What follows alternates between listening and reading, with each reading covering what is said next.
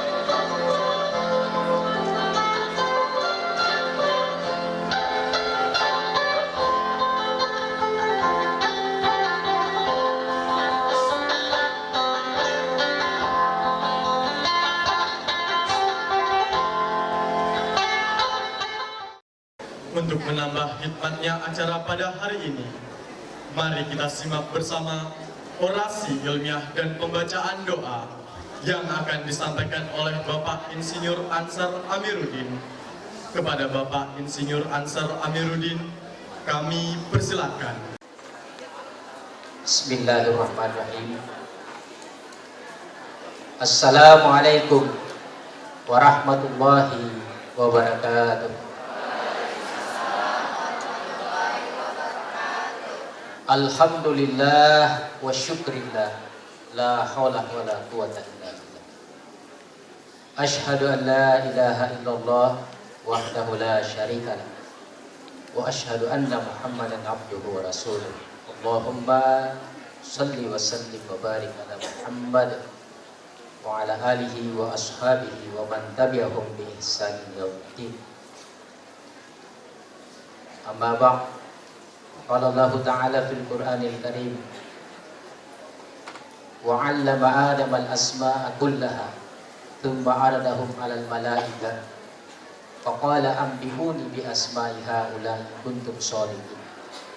Qalu subhanaka la 'ilma lana illa ma 'allamtana innaka antal 'alimul hakim. Shadaqallahu alaihi. Alhamdulillah, pada Bapak Kepala Sekolah, Ketua Komite, orang tua murid, dan seluruh murid-murid atau siswa-siswa SMKN 2 Balikpapan, Alhamdulillah dengan izin dan perkenan Allah Subhanahu wa taala saya diberikan amanah untuk memberikan orasi ilmiah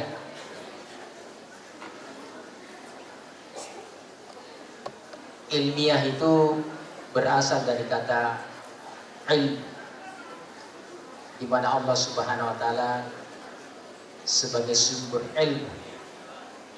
Allamal insan ma lam ya'lam. Bahkan ketika manusia dihadirkan di muka bumi ini, Allah Subhanahu wa taala nyatakan wallahu akhrajakum min butuni ummahatikum la ta'lamuna syai'an. Allah lah yang mengeluarkan kalian dari perut atau dari kandungan ibu-ibu kalian, la ta'lamuna syai'an. Kita keluar dalam keadaan tidak punya ilmu tentang suatu apapun juga. Wa ja'ala lakumus sam'a wal absara wal afidah. Kemudian Allah berikan kepada kita hati, diberikan pendengaran, diberikan penglihatan, dan diberikan hati. La'allakum tashkurun, agar manusia ini pandai-pandai bersyukur kepada Tuhan. Jadi ada 3 instrumen yang diberikan oleh Allah Subhanahu wa taala kepada manusia. Pertama, pendengaran. Yang kedua adalah penglihatan. Yang ketiga adalah hati. Ketiga instrumen inilah yang membedakan kita dengan makhluk yang lain.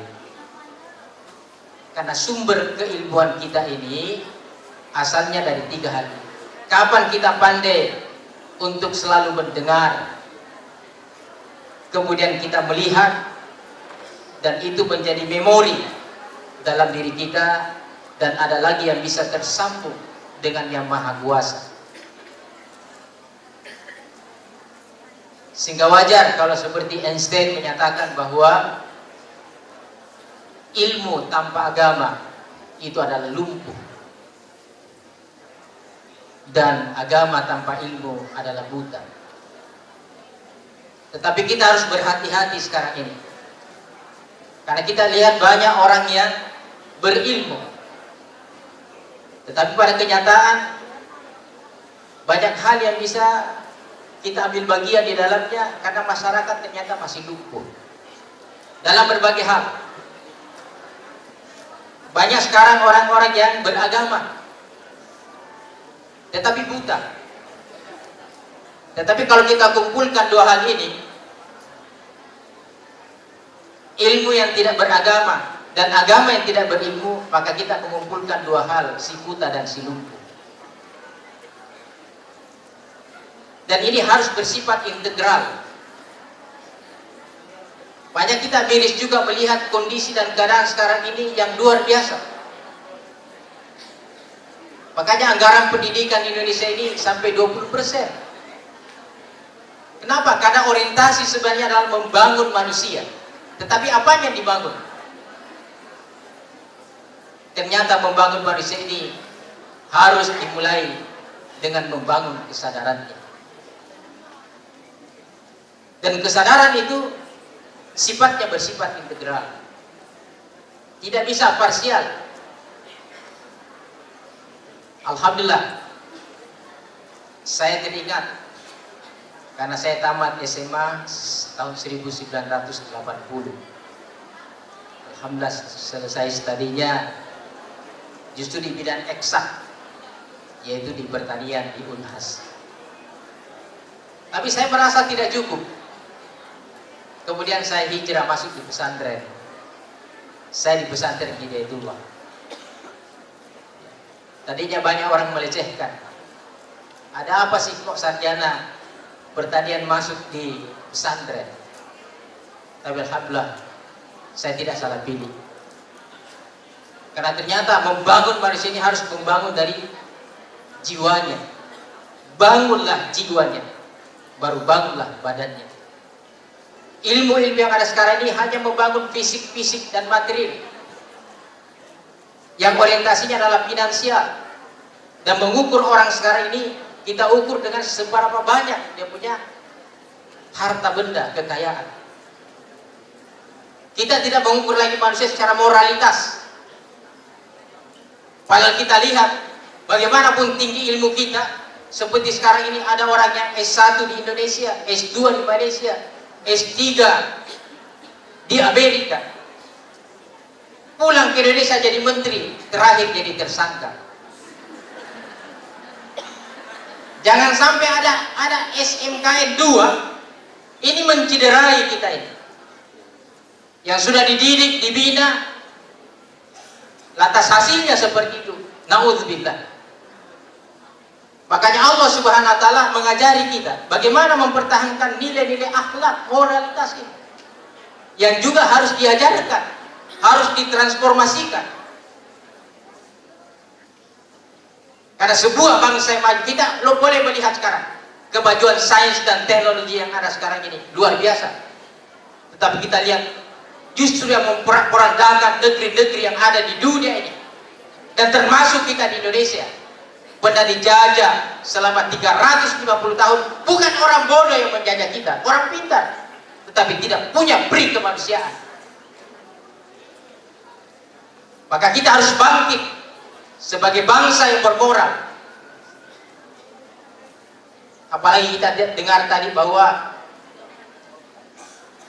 kita sebagai manusia yang beradab, bahkan Allah Subhanahu wa taala telah menampilkan satu sosok yang tadinya dilecehkan oleh malaikat, yaitu Nabi Adam alaihissalam. Karena beliau akan diangkat menjadi khalifah yang mengurus, menjaga bumi yang ada ini.